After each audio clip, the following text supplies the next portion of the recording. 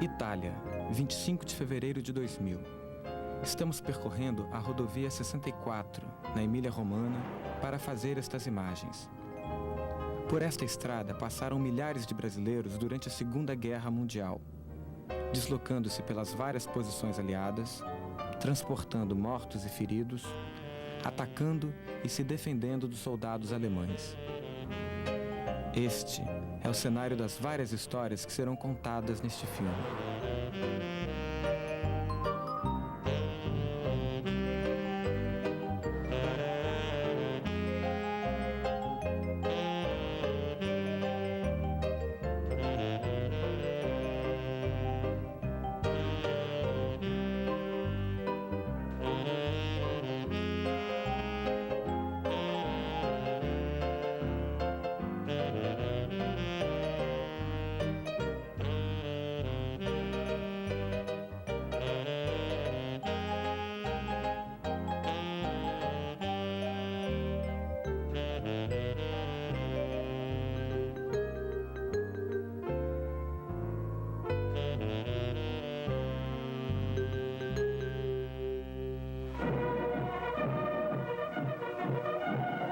Enormes multidões celebram com as mais vibrantes demonstrações patrióticas o desfile de unidades do Corpo Expedicionário Brasileiro na capital da República. Preparar combatentes capazes para uma guerra como a atual é tarefa que só os povos de grande tradição e progresso, de extraordinárias energias físicas e morais, conseguem realizar.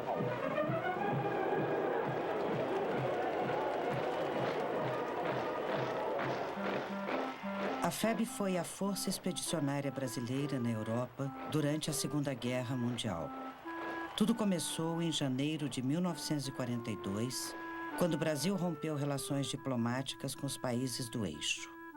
A retaliação veio imediatamente e vários navios brasileiros foram torpedeados por submarinos alemães e italianos.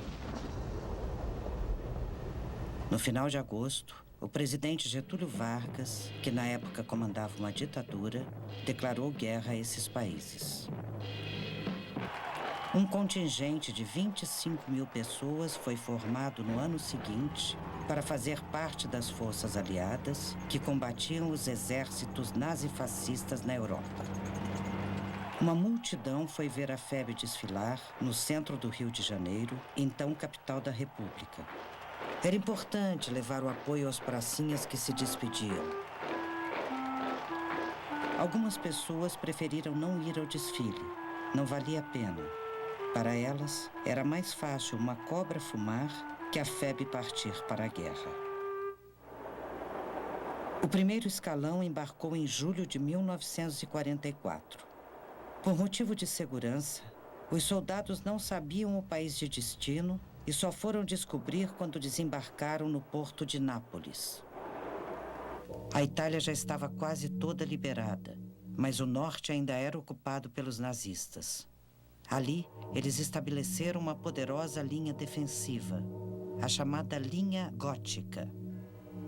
A missão das forças aliadas que atuavam na península era romper essa barreira e libertar o norte do país.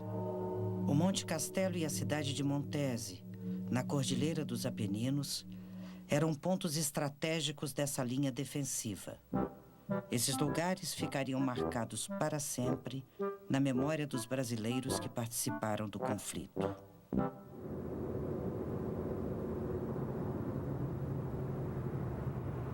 A filmagem começa aqui. A cidade de Brasília foi escolhida para sediar o 11º encontro dos veteranos brasileiros da Segunda Guerra Mundial. Decidimos vir do Rio de Janeiro para cá, pois esta é a nossa chance de encontrar veteranos de todo o Brasil. Neste momento, não temos um roteiro prévio. Somente uma pauta com algumas perguntas que vamos fazer a todos os personagens do filme.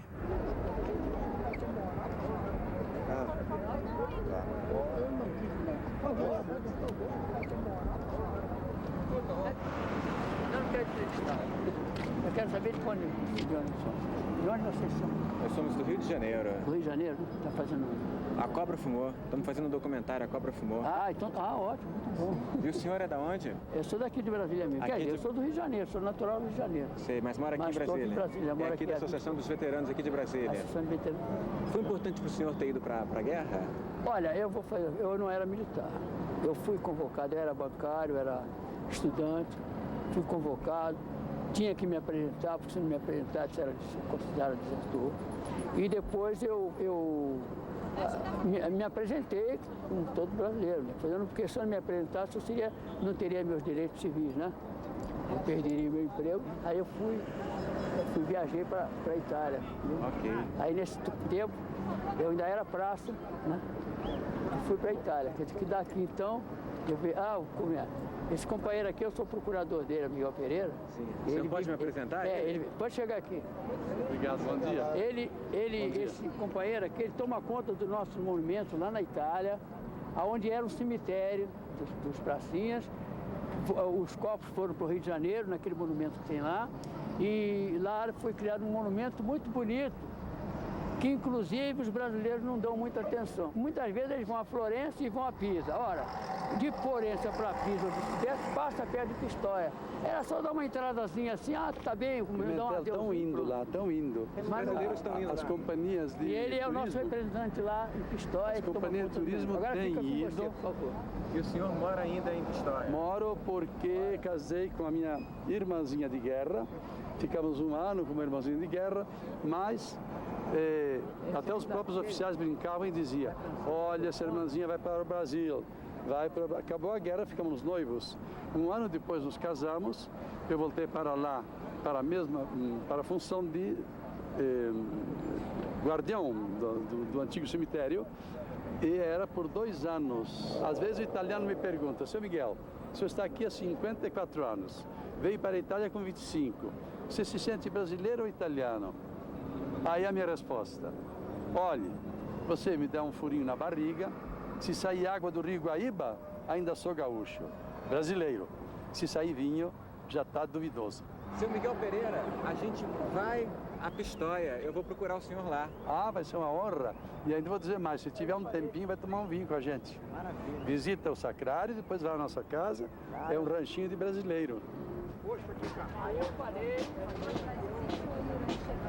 Terá início o hasteamento da bandeira. Convidamos os presentes a cantar o hino nacional.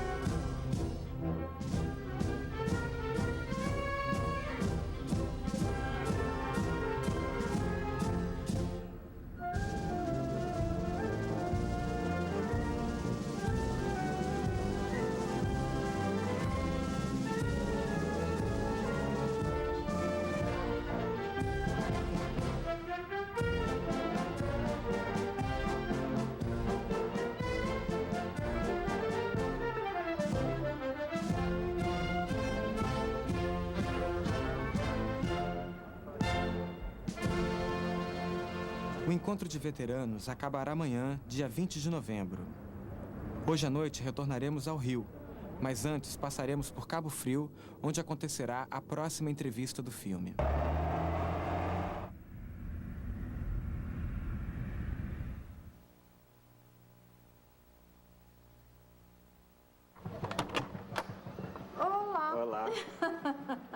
Bom dia, que recepção, hein? Entre, por favor. Buque, pra lá, vem. Pra lá, vai. Por gentileza. O artista plástico Carlos Scliar foi para a Itália com 24 anos. Lá, ele foi um dos cabos da artilharia da FEB. Tá bom, tudo bem? Tudo bem. Aqui vocês têm o Rubem Braga. O livro dele não tem uma crônica a meu respeito. Aqui tem Histórias de Pracinha. Do Joel Silveira. Do Joel, onde tem desenhos que ele pediu emprestado, que eu cedi. E tem aí um livro que foi publicado pela BBC, também de crônicas de brasileiros sobre a FEB, e que eles usaram meus desenhos também a meu pedido. Isso era uma plantinha que eu descobri, que achei que eu ia morrer na guerra, e logo eu tinha que fazer uma coisa documentária de plantas que parecia que eu estava descobrindo na Itália, imagina, né? E aí são essas coisas, aí já são desenhos da FEB, tá vendo?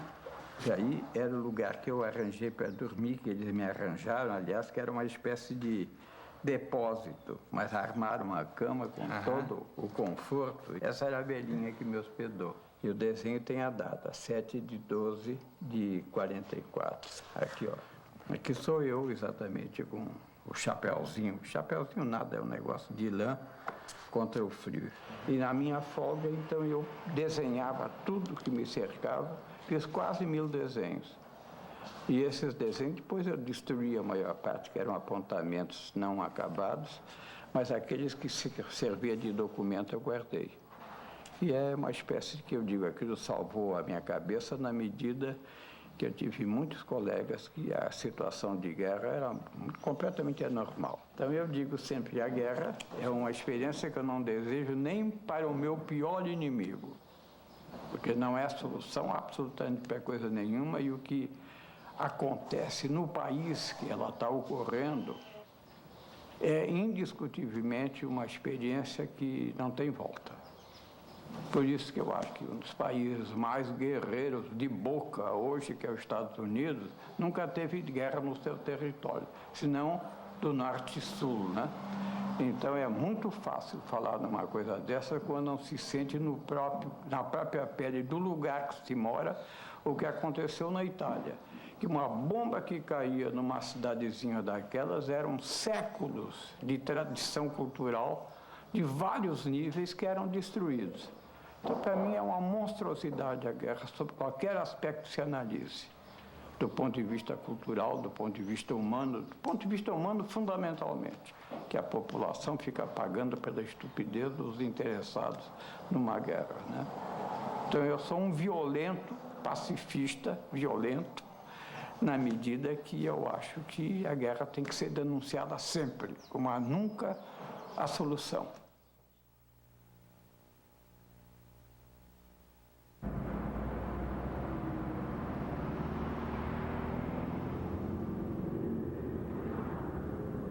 Terça-feira, 11h30 da manhã. Major Elza nos aguarda para a primeira de uma série de entrevistas que acontecerá nesta cidade. Quando eu digo que todos nós somos neuróticos, muita gente diz, eu não sou, está em pior estado porque não reconhece. Mas nós todos somos neuróticos que vivemos um ano sob tensão nervosa. Mesmo as enfermeiras que vivem na retaguarda, os médicos que viveram na retaguarda e tudo isso, todos nós vivíamos sob tensão. Só um aviso desse, você chegar uma pessoa dizer dar um toquezinho assim para você, ó, vai haver barulho. Prepara o hospital para receber ferido. Só aí você, quem é que vem? Quem, meu Deus do céu, quem será que vai morrer? Quantos vão morrer? Quantos vão ficar feridos?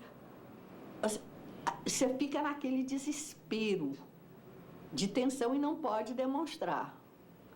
Não pode demonstrar, principalmente para os doentes que estão ali na enfermaria, nada disso, tem que levar tudo na brincadeira, fazendo sempre uma brincadeira com um, uma brincadeira com o outro. Manter a chama. Mas por dentro, estava no desespero. Major Elza vai quase todos os anos para a Itália, onde fez amigos durante e depois da guerra. E sempre que viaja, leva consigo uma câmera. Não é exagero dizer que a vida desta ex-enfermeira da Cruz Vermelha é dedicada a manter viva a memória da força expedicionária. Muitas das fotos que aparecem neste filme têm uma cópia em seu acervo. Enquanto preparamos nosso equipamento, Major Elza preparou sua câmera. Ela achou prudente ter uma cópia integral da entrevista que ia dar. Eu tenho um acervo de fotografias da FEB, colhidas com os meus amigos, de cerca de 5.000 fotos. E na minha maletinha, eu tenho 1.700 slides para as projeções, para as palestras. De forma que eu tenho a possibilidade de contar a história de cada setor. Muita gente pergunta assim, mas você não esteve na linha de frente, como é que você sabe das histórias? Eu talvez saiba mais do que aquele que esteve na linha de frente mesmo. Porque ele sabe do setor que ele viveu. Eu sei de todos os setores. Por quê? Os pacientes que chegavam no hospital. O doente, quando ele chegava no hospital, ele não tinha tempo de inventar a história. Ele contava a história verdadeira. Depois ele começava a fantasiar. Mas no momento em que ele chegava, ele não tinha tempo de estar inventando história. Então, essas histórias me eram passadas. Major, qual era o tipo de ferimento mais comum? O que levava ao hospital? Era... A variedade muito grande.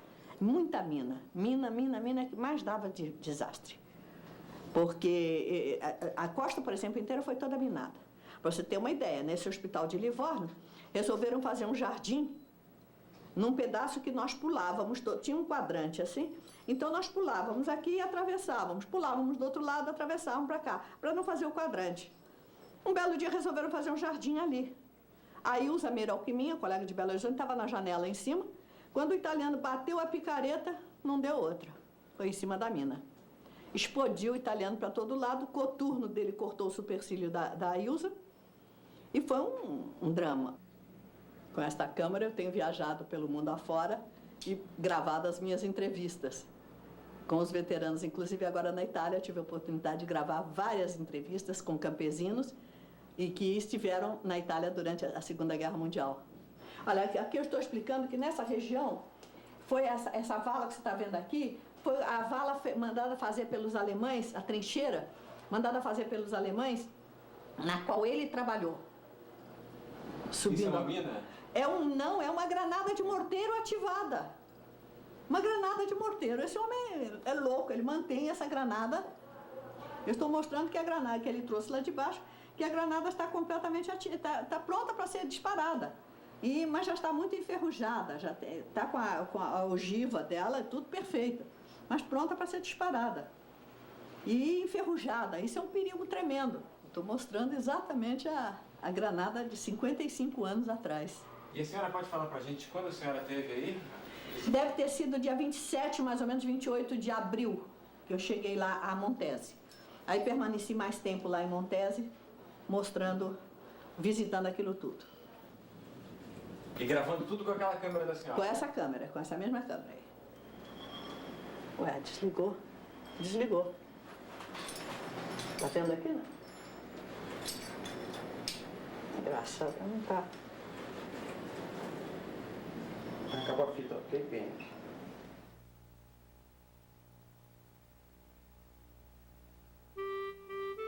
A FEB reuniu gente de todas as regiões do Brasil e de todas as classes sociais. Na Itália, essa tropa miscigenada se tornou uma divisão do exército aliado, comandado pelo general americano Mark Clark.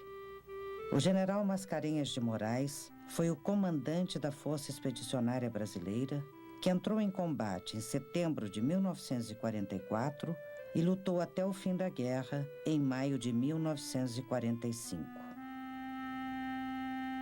Ok, podemos começar.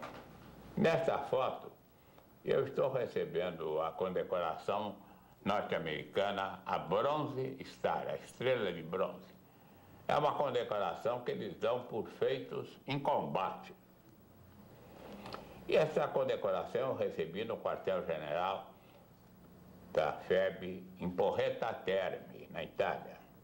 Quem está me condecorando é o general Bran, BR-2N, PRA-2N. O general Bran era chefe de operações do general McClark.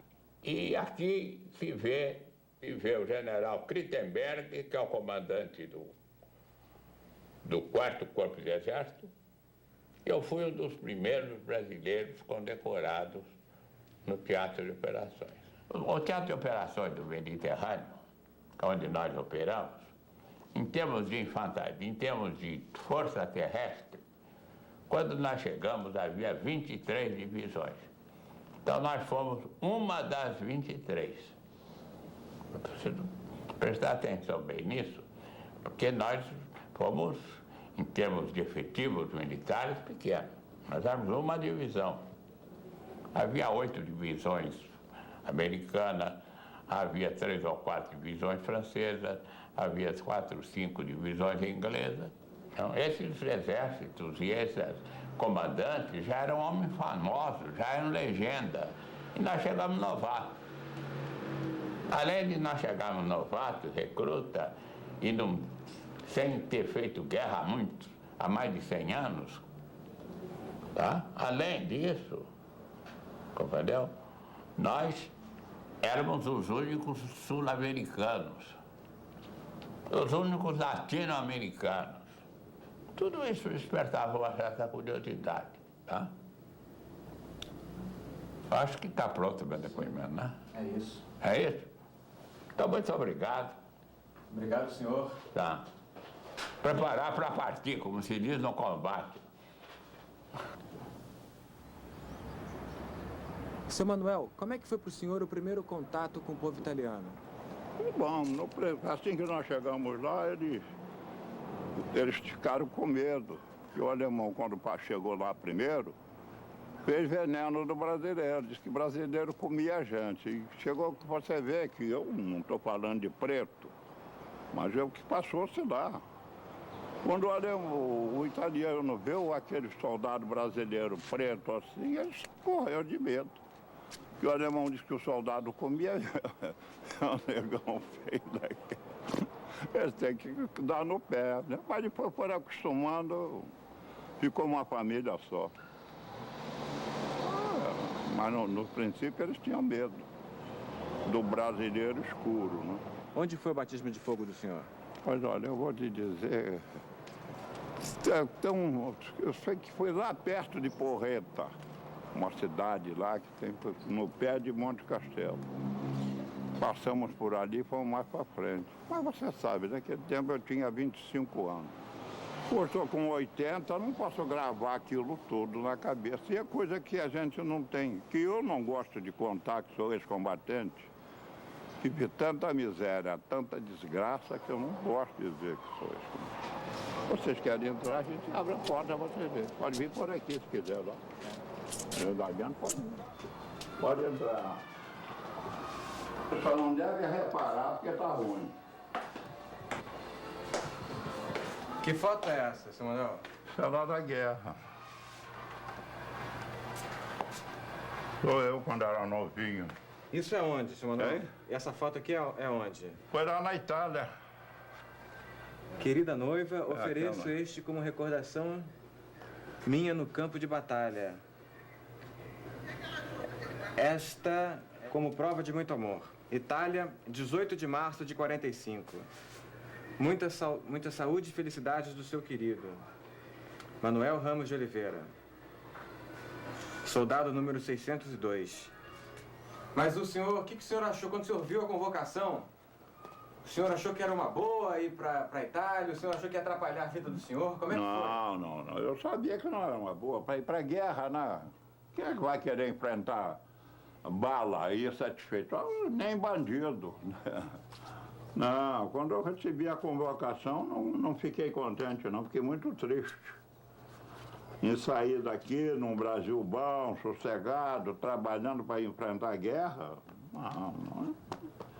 Só o maluco podia sair contente. Ou então quem tivesse gostoso. Queria ser herói, mas eu não tinha vontade de ser herói, não.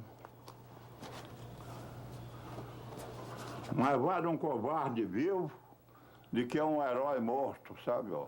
Um covarde vivo é melhor do que um herói morto. É lá, muito herói lá, enterrado lá no aterro lá do Flamengo, ali na avenida. É bom falar dessa época da guerra ou não? Não, eu, para mim, não me sinto feliz. Não me sinto feliz só mesmo de ver a infelicidade que eu vi. Compreende? Assim, o sujeito chegar, uma ocasião eu fui, tive um dia de dispensa lá do front, tive um dia de dispensa para ir na cidade. Aí levei cigarro, levei chocolate, levei tudo que podia levar. Aí cheguei lá na cidade, lá em Pistoia. Aí veio uns garotinhos que eles...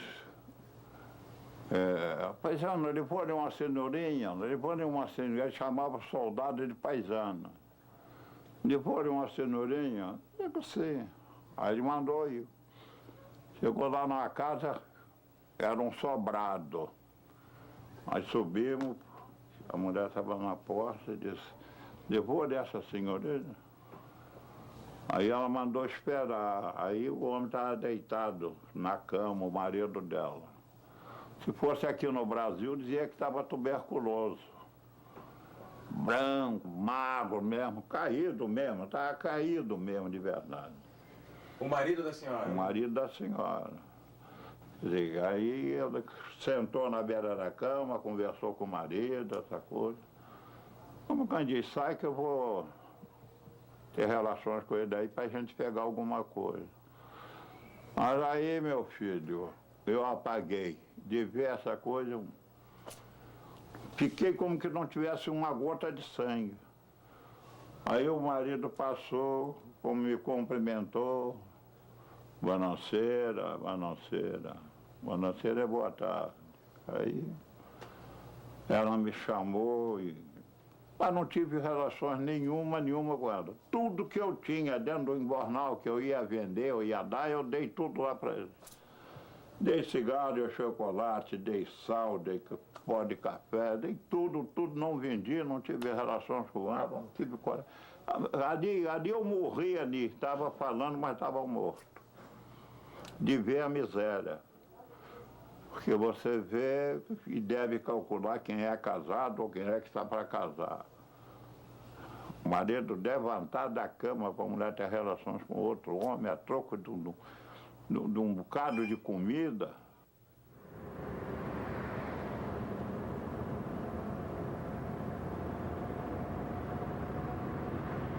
A próxima conversa será com um jornalista que foi correspondente de guerra. A entrevista está marcada para as 4h da tarde. Mas como são ainda 2 horas, estamos negociando a possibilidade de adiantarmos nossa chegada.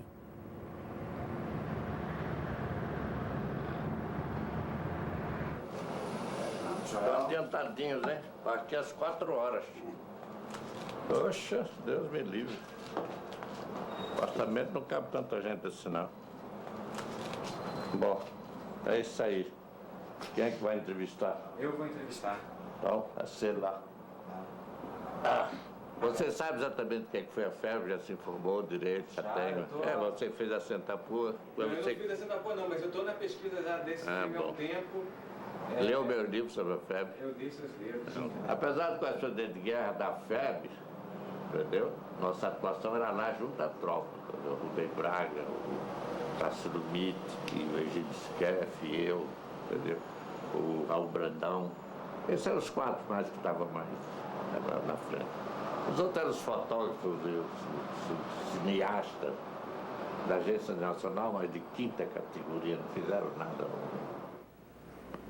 Joel, como é que era o clima nas redações aqui no Brasil quando viu que a cobra ia fumar? Os repórteres queriam ir, você estava... Mas não tem a menor dúvida. Todo mundo queria ir, porque a guerra em si é um desastre, a barbaridade, coisa, mas, sob o ponto de vista da carreira do jornalista, não tem dúvida que é a grande aventura.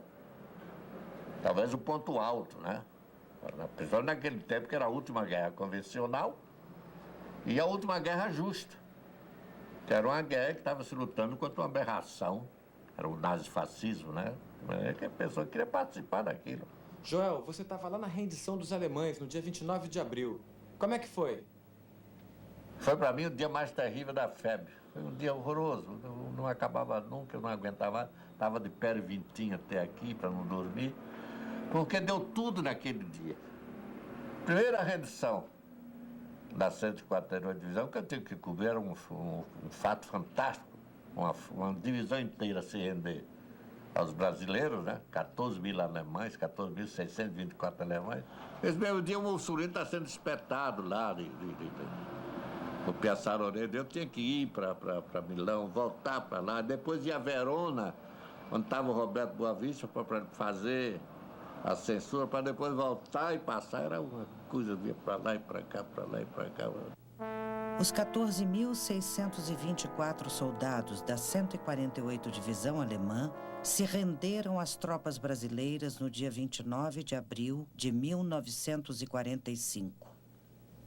O episódio se iniciou 2 dias antes, quando os alemães, que se dirigiam para o extremo norte da Itália, foram cercados pelo esquadrão de reconhecimento do capitão Plínio Pitaluga na cidade de Fornovo. Após um dia de combate, a divisão entregou as armas. A decisão contrariava as ordens do alto comando nazista de que o soldado que se rendesse teria sua família severamente punida na Alemanha. Mas não havia outro jeito. Sem abastecimento e munição, o general Otto Fretter Pico aceitou a rendição incondicional. Mesmo derrotados, muitos desses soldados estavam sorrindo aliviados. Para eles, a guerra acabava ali.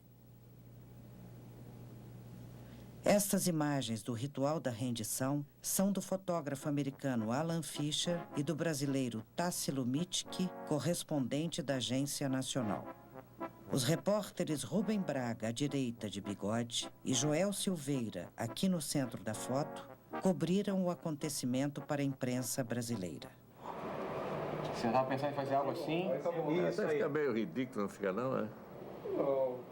Eu acho, sinceramente. Não vão fazer isso, não. Não, só comentar a foto, João. Essa foto é tão importante. É importante, você fotografa a foto só. Estou eu aqui, tem um soldado aí, que eu não sei quem é, o Fred Pico. Não, parece que eu ganhei a guerra sozinho. Fotografe só uma coisa. Parece que eu estou mostrando troféu de guerra. Estava lá porque era a minha obrigação. Pitaluga vai mostrar, vai para pronto, tá tudo bem, mas ele participou, ele era soldado. Vamos sentando aí, vamos tomando conta aí do negócio. Sábado, 9 horas da manhã. O general Plínio Pitaluga, de 92 anos, nos recebe em seu apartamento em Copacabana. Por conta de sua atuação no episódio da rendição de Fornovo, no final de abril de 1945, Pitaluga é tratado como herói por muitos ex-combatentes. Eu não sou herói. Nunca fui herói, nem serei herói. Tá. Quem é herói? Hein? Quem é herói? Herói que morreu. Esse é herói. Ah, herói é diferente. Eu não fui herói. Fui um combatente normal, tá? Tranquilo, tá? Seguro. A preocupação nossa era fazer os homens voltarem para a guerra. Do meu esquadrão de 200 homens, morreram somente 4. Em combate 2, outros 2 acidentes de automóvel. Então eu soube conduzir meus homens dentro das minhas missões e nas minhas preocupações, na minha disciplina e de responsabilidade de trazer de volta as suas mães, as suas noivas, os seus maridos. Eu também. E pequenas lembranças aí, divisão blindada que teve conosco lá, apoiando a divisão blindada americana. E coisas de general velho, né? Neste mesmo dia, o general Plínio Pitaluga nos deu o contato de Dona Miranda, uma italiana que se casou com um soldado brasileiro durante a guerra. A senhora pode se apresentar para essa câmera aqui? Pois não. Meu nome é Miranda, primeiro nome, Bonani. Sou italiana, casada com um brasileiro, há mais de 50 anos. Casei durante a guerra. Como é que foi o casamento com o seu Arnaldo? Arnaldo, naturalmente, como militar, tinha que ter autorização para casar na Itália. Ele foi pedir essa autorização. Então, a resposta que veio foi gozadíssima. É proibido casar com o inimigo. Eu achei muito esquisito aquilo, de eu ser considerada uma inimiga. Na realidade, o italiano não era inimigo do brasileiro, porque naquelas alturas eram aliados até. Mas isso foi superado, depois ele fez outros pedidos e tal. Tanto é que casaram, se eu não me engano, 400 moças. Não, talvez seja demais. 200, por aí. Casaram muitas, e todas elas eram italianas casadas com brasileiros, né? Dona Miranda, como é que chegou para a senhora a notícia do final da guerra? Bom, eu estava na região onde tinha passado realmente a guerra, onde estava tudo destruído, onde as pessoas não encontravam mais as coisas, não encontravam mais as casas, não encontravam as pessoas. Então, não foi aquela euforia que a gente viu até em filmes, quando chegavam os libertadores, todo mundo... Não havia espaço para isso. A gente estava lá no meio dos destroços da guerra, num lugar que tinha sido praticamente destruído completamente pelos bombardeios, pelas lutas, pelas guerrilhas, por tudo. Mas foi um alívio, claro.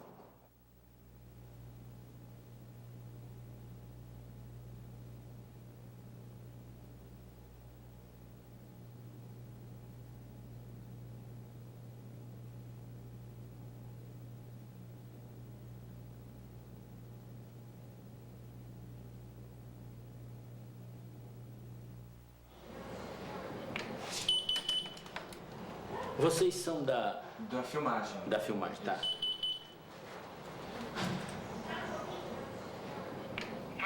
Alô, coronel? O pessoal da filmagem vai subir, coronel. De nada. Pode subir. 501 esse elevador aí. Posso usar a imagem do senhor nesse filme sobre o Coronel Sérgio? Pode. Ok. Tá. Nossa, a pontualidade é britânica. Vamos entrando, segura aqui. Não, segura aqui. Bom dia. Nossa Senhora da Luz Elétrica. Como é que faz? Tudo bem? Começou aqui agora? Estamos fazendo uma primeira abordagem. Tudo bem. Coronel Sérgio foi um dos primeiros personagens contactados pela produção do filme. Ele foi para a Itália com 20 anos, ocupando o posto de tenente. Essa fotografia aqui foi uma pena. Durante a guerra, no Domingo de Ramos, que eu desci junto com alguns soldados para a missa no povoadozinho embaixo da posição. Todos que estão aqui morreram, menos eu. Aí está o sargento Rânio, o sargento Nilo e 2 cabos.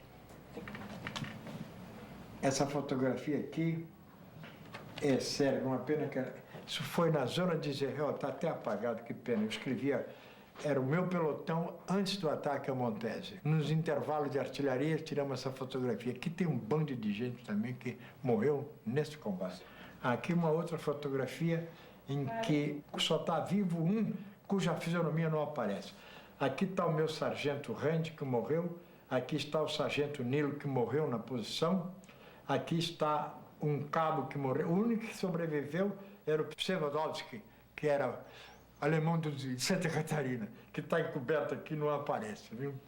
Vocês devem reconhecer um personagem que está aqui. Não sou eu nem nenhum brasileiro. Mark Clark. Mark Clark. Na véspera da ofensiva da primavera, ele foi visitar, foi cumprimentar e foi levar, vamos dizer, o incentivo dele à tropa que ia atacar em primeiro escalão, nós. A ofensiva da primavera definiu a derrota dos nazistas na Itália. Iniciou-se em 14 de abril e a missão da divisão brasileira foi libertar a cidade de Montese. Esta foi a mais sangrenta batalha para os pracinhas. E nesta foto, podemos ver o então tenente Sérgio durante o combate. 2 semanas mais tarde, viria a rendição de Fornovo e, dias depois, o fim da guerra na Europa.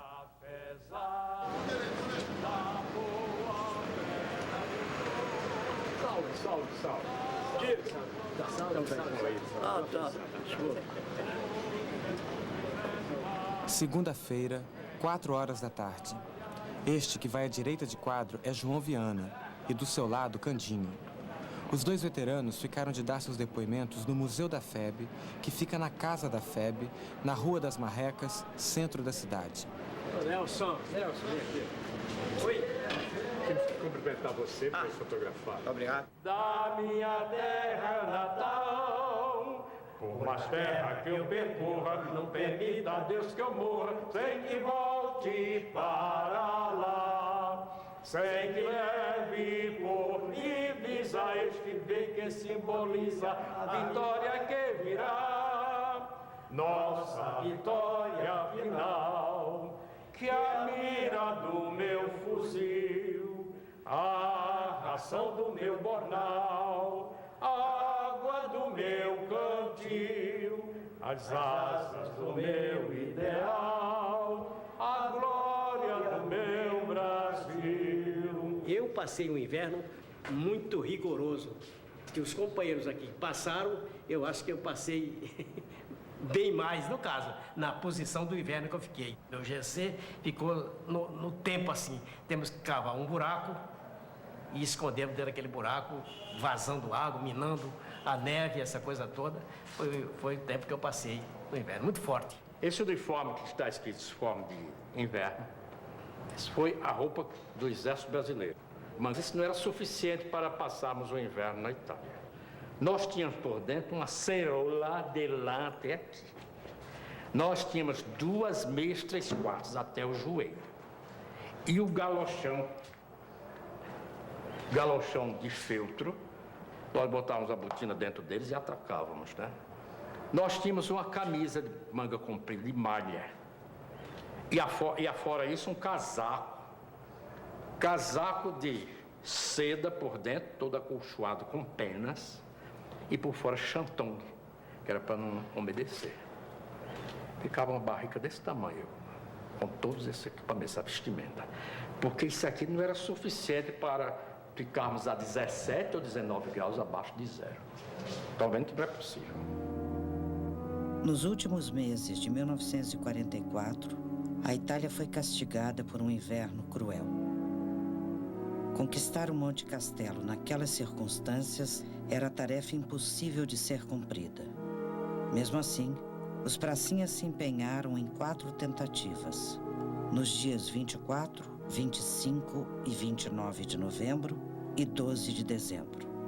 Esses ataques fracassaram e o saldo foi a morte de centenas de brasileiros.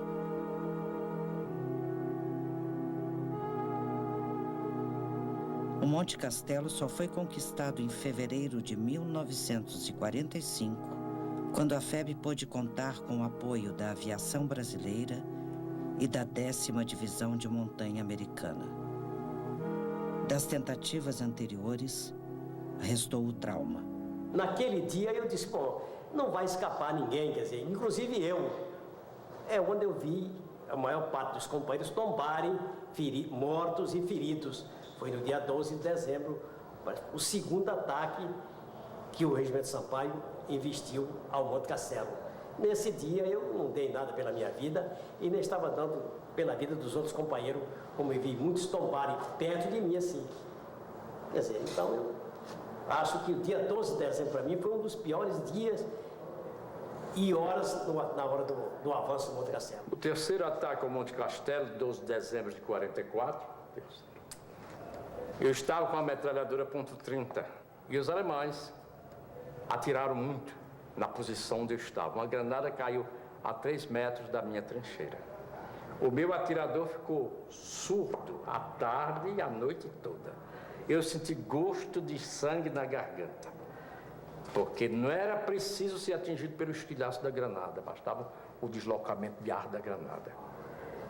Em combates seguintes, nós tivemos um colega, cabo, lá de Campina Grande, que ficou desacordado enquanto estava saindo sangue pelas narinas. Não estava ferido, só com o deslocamento do ar da granada.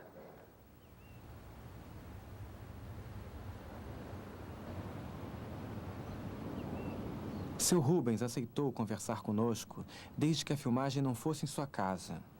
Ele mesmo sugeriu a locação, o Monumento aos Mortos da Segunda Guerra Mundial, no Aterro do Flamengo. Este monumento, inaugurado em 1960, guarda as 466 urnas de combatentes brasileiros que morreram na Itália. Rubens chegou à guerra como padioleiro, mas logo se tornou um soldado da infantaria, onde exerceu a função de esclarecedor. Como é que é o esclarecedor? O que faz o esclarecedor? O esclarecedor é o que nós infantes chamamos de bucha de canhão. É aquele que vai na frente da tropa cerca de 500 metros. Se acontecer alguma coisa, acontece a ele primeiro, a tropa está mais ou menos, né, precavida ou resguardada, né? Depois da tomada de Monte Castelo, os alemães se retiraram, então o comando queria saber onde eles tinham feito a linha defensiva. Então pediu à primeira companhia, minha companhia, que desse um pelotão para fazer contato com os alemães para descobrir onde eles tinham feito a linha defensiva deles. E nós partimos e o comandante do grupo me chamou: Rubens, vai ser esclarecedor. Eu falei: eu nunca fui isso, homem. Não tem importância, você vai ser agora. E então é aquele que vai na frente, né? Então lá fui eu. Lá caminhei, depois de caminhar umas 2 ou 3 horas, entendeu? Começou a aparecer as montanhas, nós já tínhamos ideia que os alemães deveriam estar por ali. E apareci a uns 20 metros de mim, eu vi uma casa. Aí parei, olhei para trás, e o comandante do pelotão lá fez assim para mim: ó, você para casa. Aí eu ainda perguntei: eu para casa? A casa tinha uma porta e uma janela, né? Falei: diabo, daí eu vou receber fogo ali, dos dois lados, né? E ao lado da casa tinha um monte de feno, né? Eu estou parado, né? Então eu pensei comigo mesmo: vou dar um lance, correr para o Monte Feno. O Monte Feno eu corro, derrubo aquela porta, o resto é com Deus, né? E quando eu dei o passo, a mina já estava me esperando ali. Aí, voei. Resultado é que perdi a minha perninha. Isso com 20 anos de idade, hein? Já pensou? Você tinha 20 anos quando você fez isso? Daí o comandante do pelotão mandou um sargento me socorrer, né? Ele veio, quando ele estava a uns 10 metros de mim, eu falei para ele: olha, cuidado, que tem mina por aqui. Ele parou também, né? Falei: cuidado. Aí quando ele deu o passo, uau, subiu também. Você estava indo socorrer o senhor? Exatamente. Daí esse comandante do pelotão, um camarada tipo Max Wolff, né? Audacioso, sabe? Muito corajoso também, né?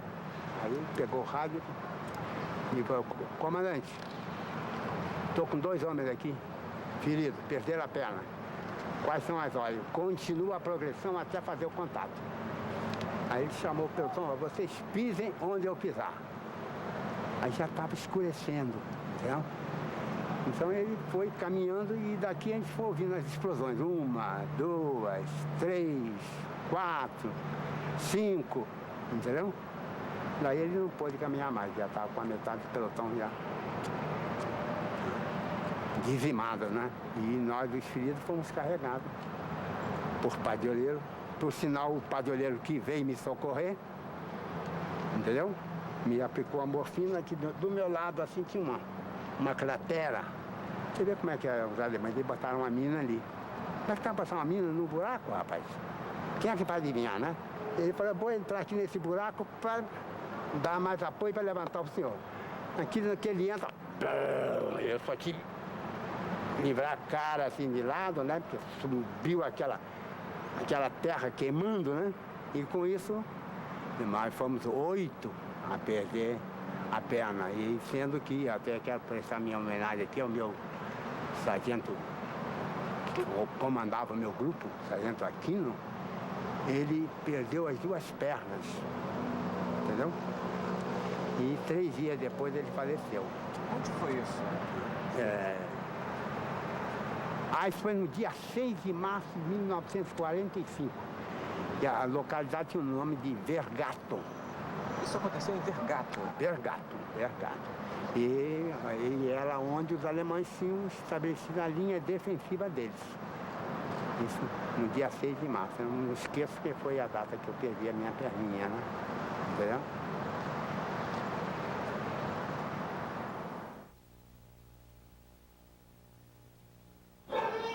Já está valendo aí? Já está valendo. Eu podia dizer a minha origem logo, né? O senhor pode dizer depois. Como é que foi essa viagem de ida? A viagem foi terrível. Nós viajamos no navio Transporte General Meigre com capacidade para 7.000 soldados. Então, até a tripulação enjoava, porque o navio não ia direto, ele fazia umas curvas, então você enjoava, era terrível. E a alimentação era toda diferente. A alimentação era um chá amargo, arroz, tudo à base, no arroz, na carne tinha abacaxi, tudo na base doce, quer dizer, não é a comida que o brasileiro adotava, né? Feijão, arroz, nada disso, era uma comida americana. Quer dizer, então, só isso enjoava a gente demais, foi terrível. 16 dias, 16 noites. Eu, durante 10 dias e 10 noites, eu comia 2, 3 maçãs por dia, não comia nada, porque enjoava. E muita gente, assim.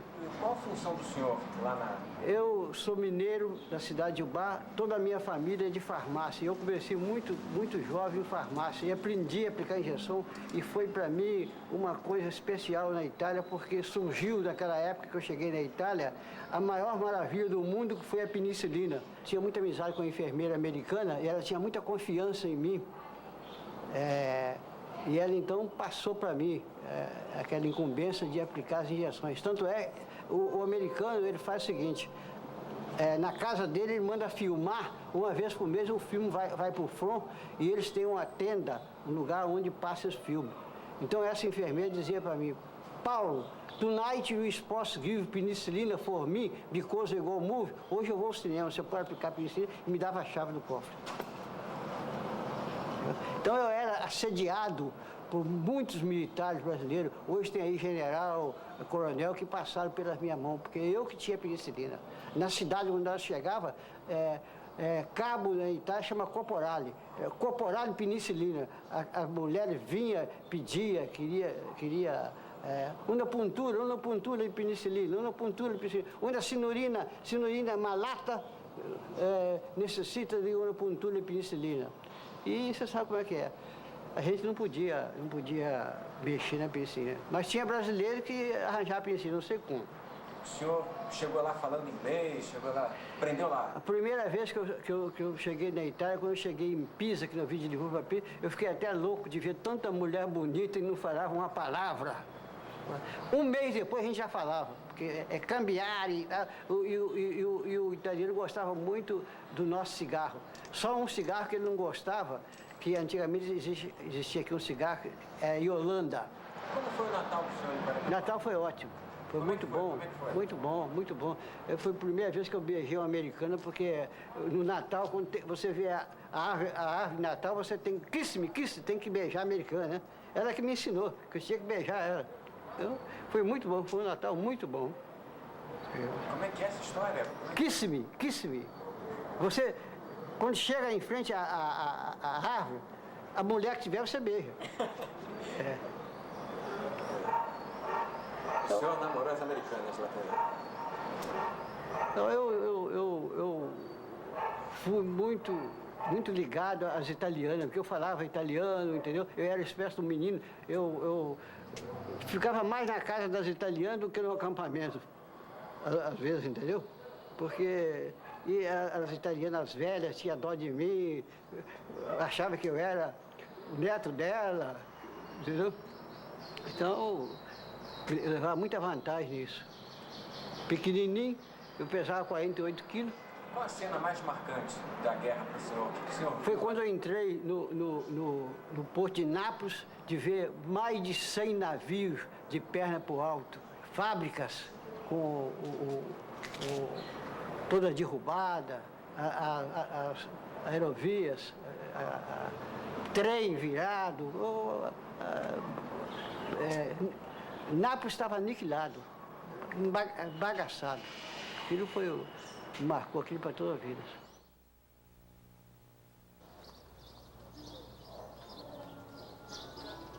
Moisés, próximo personagem desta história, vive aqui no conjunto habitacional dos ex-combatentes em Benfica, zona norte da cidade do Rio de Janeiro. Ele combinou de nos contar a sua experiência como motorista de tanque durante a campanha na Itália. Outros ex-combatentes, também moradores aqui do conjunto e que foram contactados pela produção, não confirmaram a presença na filmagem de hoje. Seu Moisés? Sou eu mesmo. Oi, eu sou o Vinícius. Como vai? Satisfação. Vamos entrar. Sabe o que eu estava pensando, seu Moisés? Da gente fazer uma conversa, um bate-papo por aqui mesmo. Mais amplo, né? Não é melhor? Campo é melhor mesmo, né? Deixa eu me botar uma camisa para recebê-los melhor. Tá ok. Aqui foi sem protocolo. Tá bom. Este conjunto foi construído no governo Juscelino Kubitschek. O presidente fez a promessa de dar moradia aos soldados da campanha brasileira na Itália após a visita que fez ao cemitério dos Pracinhas em Pistoia. Moisés é um dos poucos moradores que estão aqui desde a inauguração em 1957. O conjunto é habitado por familiares de ex-combatentes, alguns remanescentes da guerra e por gente que não tem nenhuma ligação com essa história.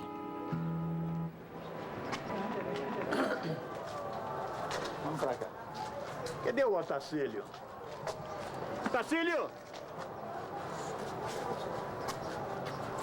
Orlando, viu o Otacílio por aí? Não, cheguei aqui agora. É só eu mesmo. Eu tinha falado que só eu mesmo e as declarações são minhas, ele não... A maioria se omitem, não sei porquê. Esse é o chapeuzinho que eu falei, ó. Hein? Não.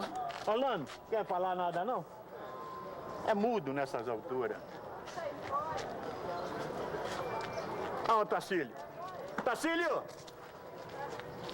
Essa é a medalha de tão velhinha que tá, já perdeu a passadeira. Bom dia, senhores. Fui do Regimento Sampaio, Otacílio. Oi, seu Otacílio. Tudo bem? Bem? Obrigado. Meu ex-combatente Oswaldo.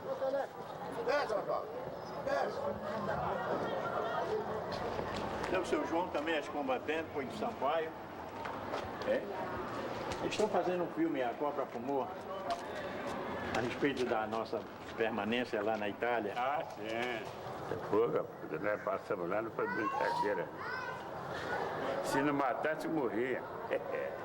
E o que era aquele fascismo que tinha que ser combatido, assim? O que é? Eu não posso explicar porque não tenho conhecimento nenhum do que era o fascismo. Não. Eu sei que era uma coluna alemã, né? Agia em todo o território, com radiotransmissões, com sabotagem, com tudo. Eu não sei. A nossa missão foi só embarcar e desembarcar e voltar. O resto era das autoridades. Porque quando nós chegamos na Itália, nós fomos combater as duas forças, Itália e Alemã. Porque eles eram aliados. Depois é que viram. E o italiano viu que o pau ia comer em cima deles mesmo, ele passou pro lado dos aliados. O senhor Orlando trouxe um monte de fotografia aqui, cara, para mostrar. Essa foto o senhor comprou lá? Comprei não, paguei para tirar. Pagou para tirar? O senhor estava lá no dia? Tava. O senhor viu essa cena? Sabe o que eu tava fazendo? O quê? Procurando namorada. Isso aqui é Mussolini e Elda Petazzi. Essa é Elda Petazzi. Foi morta, pendurada. Vocês vão ver olha como eles estavam. Foi morto assim. Pode ir mudando? Pode. Mussolini, foi morto assim. Depois é que um general americano mandou tirar da praça isso, que estava muito ridículo. E eu paguei 14 mil liras por isso. Isso é porque eu alugava ao Diário da Noite e eles estragavam. Eu precisava de dinheiro. Mussolini. Elda Petazzi. Daqui do pescoço até lá o negócio melhor, tinha 40 e tantos furos. Eu tinha feito uma promessa ao meu comandante de não vir para o Brasil sem conhecer Milão. Ele disse, mas Dias, essa promessa é dura de cumprir. Eu digo, eu quando souber que a guerra já está acabando, eu vou ver Milão. Aí se juntou eu, Perácio, que era jogador do Flamengo, Timbira, do goleiro do Bom Sucesso, 5 machos, e fomos para lá. Quando chegamos em Milão, nós estávamos numa praça, um camarada chegou, ele se identificou depois, como Davi Nassa, e o irmão. Aí disse, brasileiro, vocês não podem ficar aqui, vocês correm perigo. A guerra já acabou e ninguém aqui conhece vocês. Vamos para minha casa. Eu sempre fui um camarada meio desconfiado. Fui para a casa dele, mas quando chegou lá, ele me deu roupa para gente, comida para 5 homens e fomos passear. Quando a gente está passeando, eu escutei uns tiros. Ele aí disse, não se assusta não, vamos chegar mais para perto. Quando chegamos para perto, ficamos como daqui, naquela manilha ali, eu vi aqueles homens tudo pendurados. Eu digo, que é isso aí? Ele disse, foi Mussolini que ia fugindo e foi pego e foi executado aí, foi hoje de madrugada. Olha o Manuel aqui, ó, na minha igreja. Ei, Manuel, foi Sampaio? Qual é, senhor? Qual é, seu Manuel? Fui. Meu camarada, eu não gosto de falar. Não gosto de falar porque eu me emociono muito, entendeu? Não gosto de falar nada, não me pergunte nada porque eu não gosto de falar nada. Eu choro muito e fica feio, vamos chorar, fica feio. Fica feio é roubar. Como é que foi o dia que o senhor foi convocado? Eu quando fui convocado, eu fiquei tão nervoso que um soldado foi na minha casa, levou a carta de convocação. Eu morava numa vila lá no meio. E eu fiquei tão nervoso que eu deixei cair a carta. Tinha que assinar aquela carta para ele levar assinada naquele papel, um recibo, né? E eu deixei cair a carta no chão, tão nervoso que eu fiquei. Meu irmão aqui foi voluntário. Na Força Especial Brasileira. Eu não assinei. Depois eu fui sorteado. Sou eu daqui, tá diferente, né? Antes e depois. Aí meu irmão foi no segundo escalão, Rio São Pai, né? Então, aí eu cheguei de Náutico, fomos até Livorno. Livorno, eu fiquei. Aí meu irmão já estava lá na frente, né? Aí como um belo dia ele apareceu lá em Livorno. Aí fiquei todo contente, barbudo, né? Essa roupa está aqui, ó. Aí depois sumiu.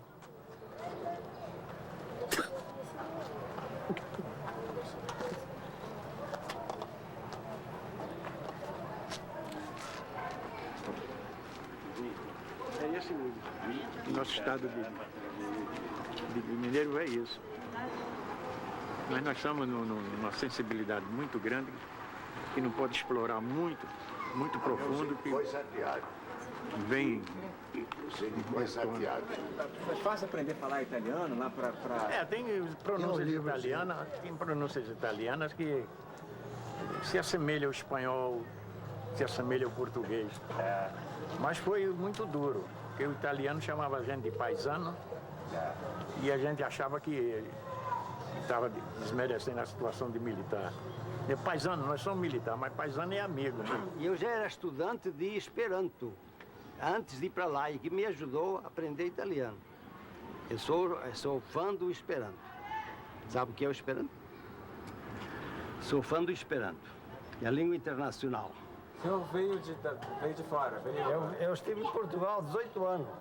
18 anos, fui para lá É de lá, o senhor é de lá? Não, eu sou brasileiro que estive lá 18 anos em Portugal. Fui para lá pequeno, voltei com 18 anos. Foi fácil aprender italiano? Foi fácil? Foi fácil. Eu trouxe até livro, que eu serropilhei lá daquelas casas abandonadas. Trouxe uma gramática, um dicionário. Tem aí. Por isso que eu aprendi certas canções italianas, fui trocando conversação com os garotos nas praças públicas. Eu dava chocolate, dava cigarro. O senhor pode cantar uma canção pra gente?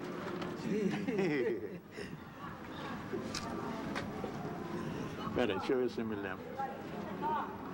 Firenze, essa noite sei bello, soe manto di estrelle, lontano nel cuore l'amore, c'è fallo di amore. Firenze sei tanta poesia, perché vita mia eterna nel cuore. Firenze sei tanto sbagliato perché riscordato eterno razioni. Sull'arno di argento si specchia o firmamento. Zio noi sospiram tanto se perde lontano. Dorme Firenze, sotto teu raggio della luna, mas dentro nel balcone veio uma Madonna bruna. É isso aí. A gente aprendia assim, dando chocolate, cigarro. Aprendia com as crianças? Com as crianças, né?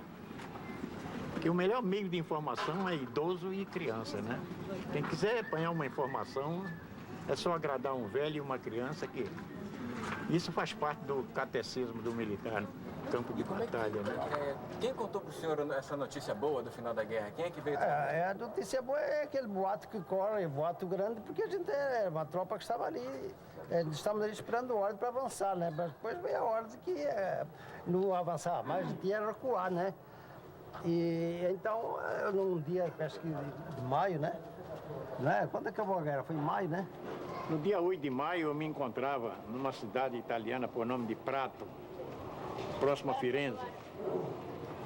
E eu disse que os tanques operaram pouco na Itália, no sul da Itália, por ser um terreno acidentado. Então me mandaram para a Companhia de Manutenção Americana em Prato.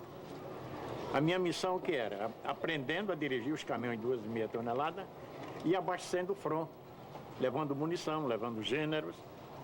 E numa dessas viagens, em plena viagem, eu parei numa cidade, todo mundo dançando, eu perguntei o que era de Finisce la Guerra. Dia 8 de maio de 1945. Foi quando o mundo todo passou a expirar.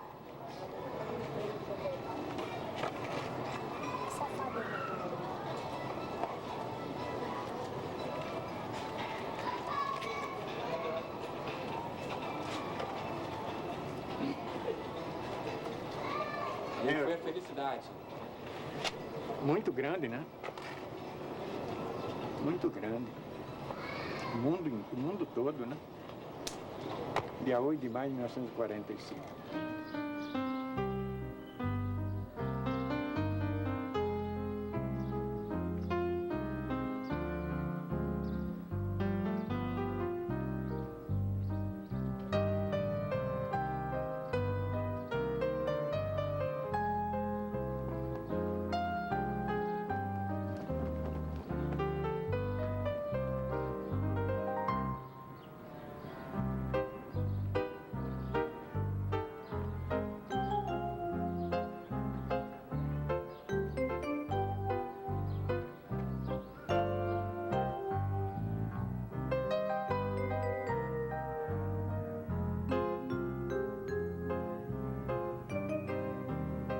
– 21 de fevereiro de 2000, primeiro dia de filmagem na Itália e data da conquista de Monte Castelo. Esta coincidência foi planejada. Neste carro, aí da frente, vai Miguel Pereira, que conhecemos no encontro dos veteranos em Brasília, em novembro do ano passado. Ele está nos conduzindo a Betaia, um lugarejo próximo ao Monte Castelo.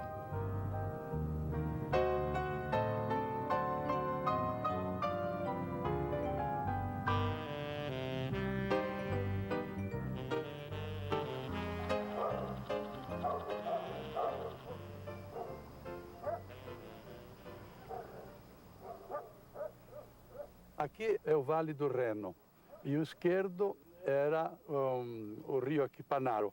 Bem, de Porreta Terme, onde estava o QG do Marechal João Batista de Moraes, comandante, nós recebemos a primeira missão no início de novembro, o grosso da FEB, e de manter essa estrada transitável numa posição defensiva agressiva. Todo dia as patrulhas subiam para tomar contato com o alemão, mas não podiam atacar. E houve os maiores combates ali em Marano, onde eu estive a primeira vez, 11 dias. Quando acabou, fui promovido a segundo sargento, era terceiro. Bem, e logo em cima tem a Torre de Nerone, tem o Castelo Novo de Vergato, e prosseguindo passa Vergato, Bolonha, onde você já conhece a estrada. Mas o que é importante notar, que todo esse espinhaço aqui dominava a estrada. E desde lá do QG até Vergato era sob tiro do alemão. Onde está o Monte Castelo? Monte Castelo está na direção aqui esquerda daquela torrezinha. E é o flanco direito do monte. À esquerda temos a La Torraccia e aquele mais altinho lá é um Belvedere, de onde partiu a 10ª de montanha. Enquanto nós atacamos o Monte Castelo, a 10ª progrediu lá. Mas só conseguiu chegar depois que nós tomamos o monte. E a aviação brasileira, naquele dia, atacou o dia inteiro bombardeando eles. A gente via, dali da minha posição, o avião desaparecia lá e atirava e tal. Voltava, mergulhava, saia outro, continuamente. Eles não esperavam do assalto dos aviões naquele dia. Foi uma vitória enorme. E aqui embaixo estava tudo cheio de artilharia, largando bala em cima. Era um verdadeiro terremoto. Infelizmente.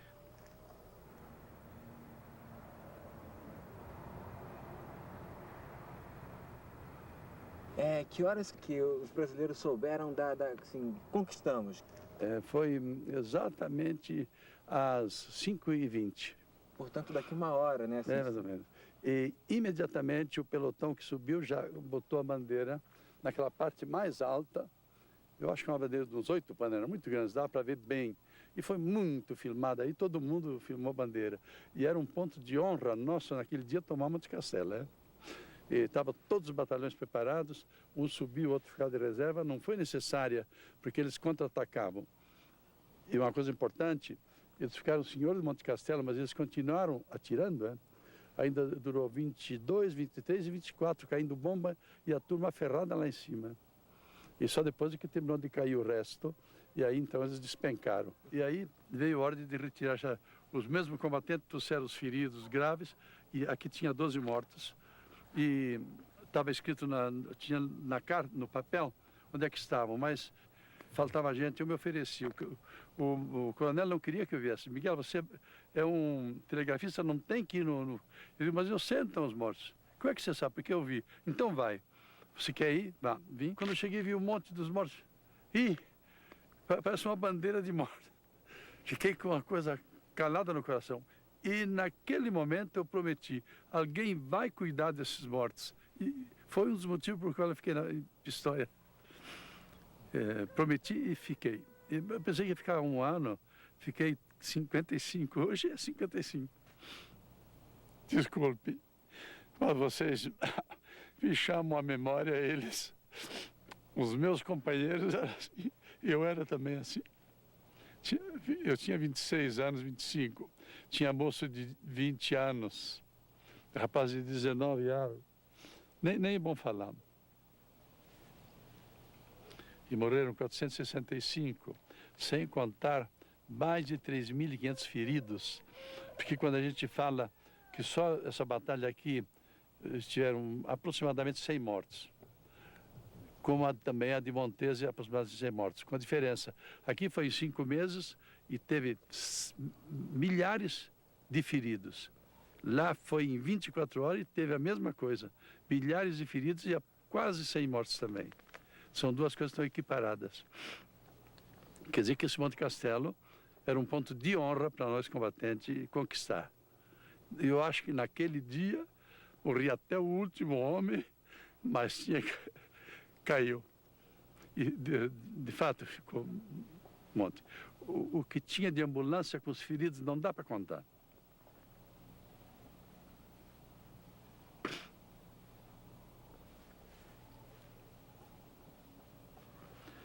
Obrigado.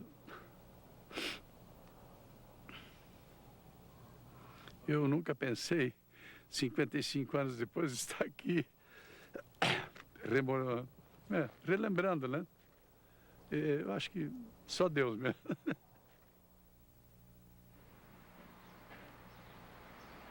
Volevo farvi quando ho detto che mia sorella ha partorito con il dottore brasiliano eccetera in quella casa lì, qui, no? Quella, Sotto? Sotto, piano terra, perché a piano terra allora c'era... Le cantine. C'era le cantine, la paglia praticamente. Mio nipote è nato come Cristo. Là. Andiamo su. Miranda Bonanni, a italiana que entrevistamos na primeira etapa de filmagem no Brasil, deu o contato de alguns guerrilheiros que lutaram com os pracinhas durante a campanha. Pietro Moruzzi foi um deles.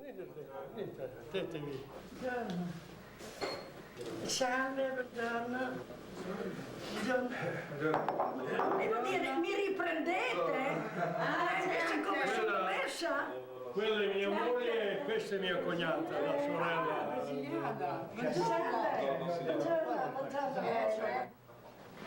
Io vorrei che lei mostrasse questa foto per la telecamera. Dunque, questa foto è la foto ricordo di quando consegniamo le armi agli americani. Finimmo il nostro periodo di lotta partigiana e dopo io poi da qua fui aggregato alla Quinta Armata Americana assieme ai brasiliani, perché i brasiliani erano aggregati alla Quinta Armata Americana, che andammo fino alla fine della guerra. Io andai con loro e fui aggregato all'OSS americano, che era il servizio di controspionaggio. E il nostro servizio era di ripassare le linee e tornare, andare. Ci andò bene e oggi la possiamo raccontare, però è stata una vita molto dura. E lei in questa fotografia dov'è? Questo c'ha Lizzano in Belvedere. E lei? Io sono qui. Avevo 17 anni, fui preso a Porretta, mi portarono a Modena, mi inviano Nontolana, le caserme rosse, quelle sono cose che non mi dimentico. E ci stavano portando non lo so dove, riuscimmo a scappare, a venire via, arrivai a casa, stetti 3 mesi nascosto qua, non qua, su cima a quelle colline lì, e poi dopo non si faceva più perché cominciarono a guardare i fascisti, i tedeschi, insomma a cercare questa gente che allora riuscì ad andare in montagna, andai nei partigiani. Grazie.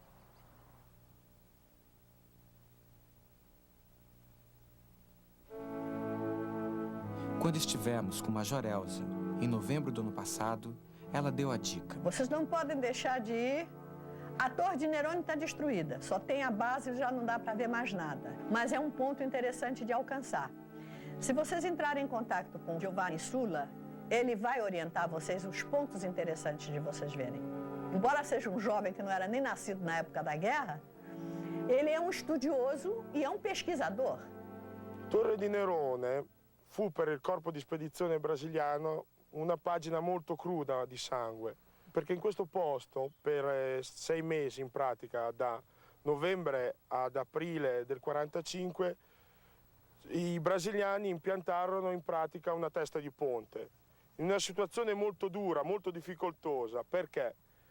Perché sia da questo lato che di fronte che dall'altro lato c'erano grosse postazioni tedesche. In pratica i brasiliani tenevano un piccolissimo settore del crinale, solamente 300 metri. Era molto difficoltoso far arrivare rifornimenti e portare via i feriti. L'importanza tattica e strategica di questo posto è perché da qua riuscivano a controllare tutta la valle della Neva e avevano le spalle coperte per la valle del Reno. Aspetta il mio ok. In un posto come questo, come Torre di Nerone, da quello che ancora si recupera, come in molti altri posti, Montese, Montello, Monte Castello. Qui ho alcuni esempi di quello che ancora il campo di battaglia ci fa trovare. Bombe a mano per i combattimenti avvicinati o per le conquiste dei bunker. Questa è la tipica ananas di produzione americana. Pistole, caricatori di mitragliatrice Thompson. Veniamo alla parte più terribile che ho una guerra. Questa è la bomba da 81 mm tedesca che causò insieme alla Lurdigna e alle mine le maggiori perdite nelle file dei Pracinhas brasiliani. E qui vediamo a un piastrino di un soldato brasiliano. Da notizie che ho ricevuto da Pistoia, da parte di Miguel Pereira, non risulta nell'elenco dei morti. Molto probabilmente l'ha perso durante un combattimento.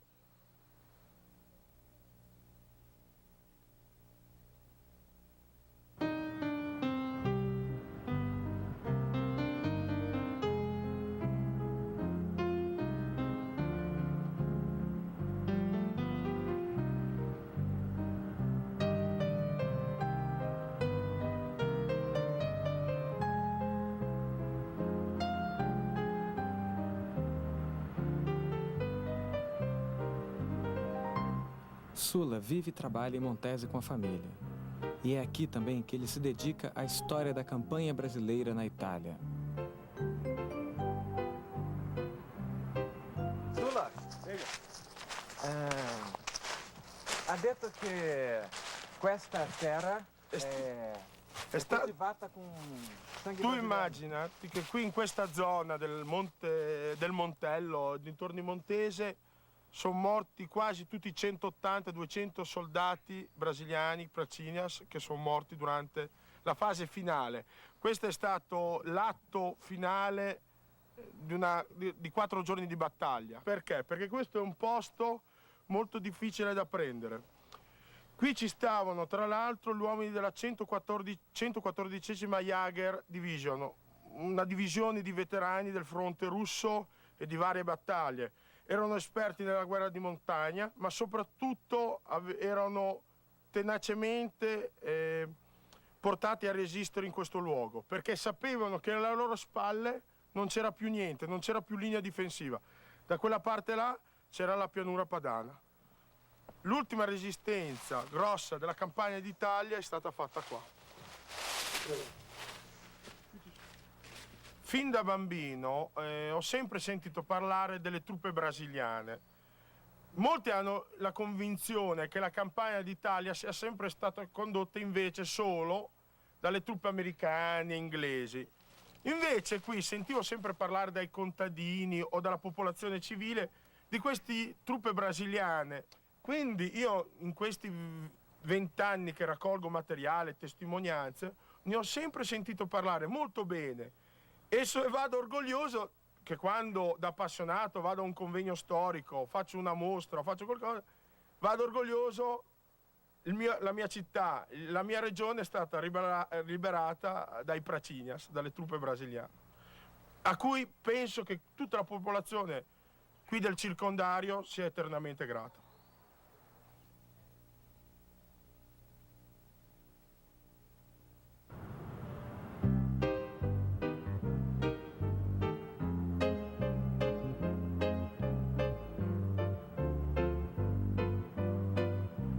Hoje é o nosso último dia de filmagem.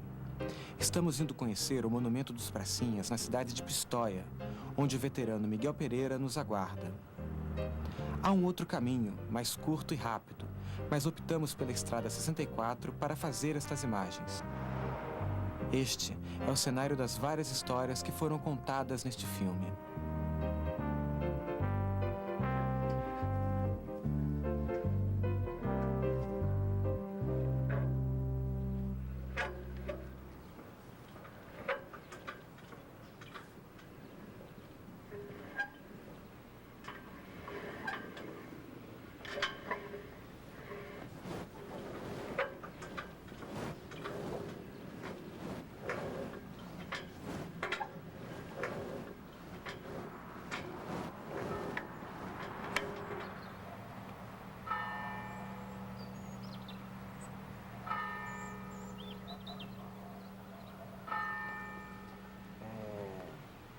Geraldo Santana era seu companheiro? O Geraldo Santana era um radiografista muito bom, um mineirinho, moreninho, e era do nosso grupo.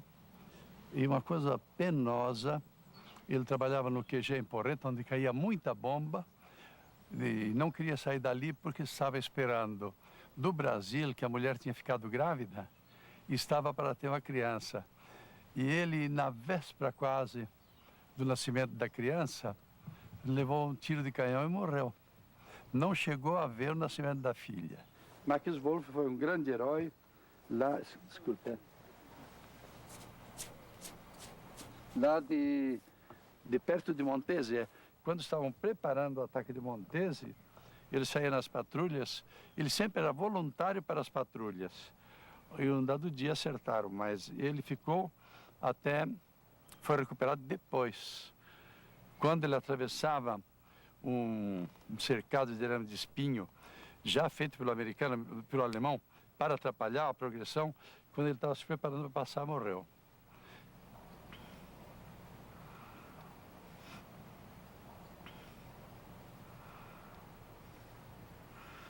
Outra pessoa muito... Foi um grande radiotelegrafista conosco, o Assad Feres. Está na letra A. Aqui. Era um segundo sargento.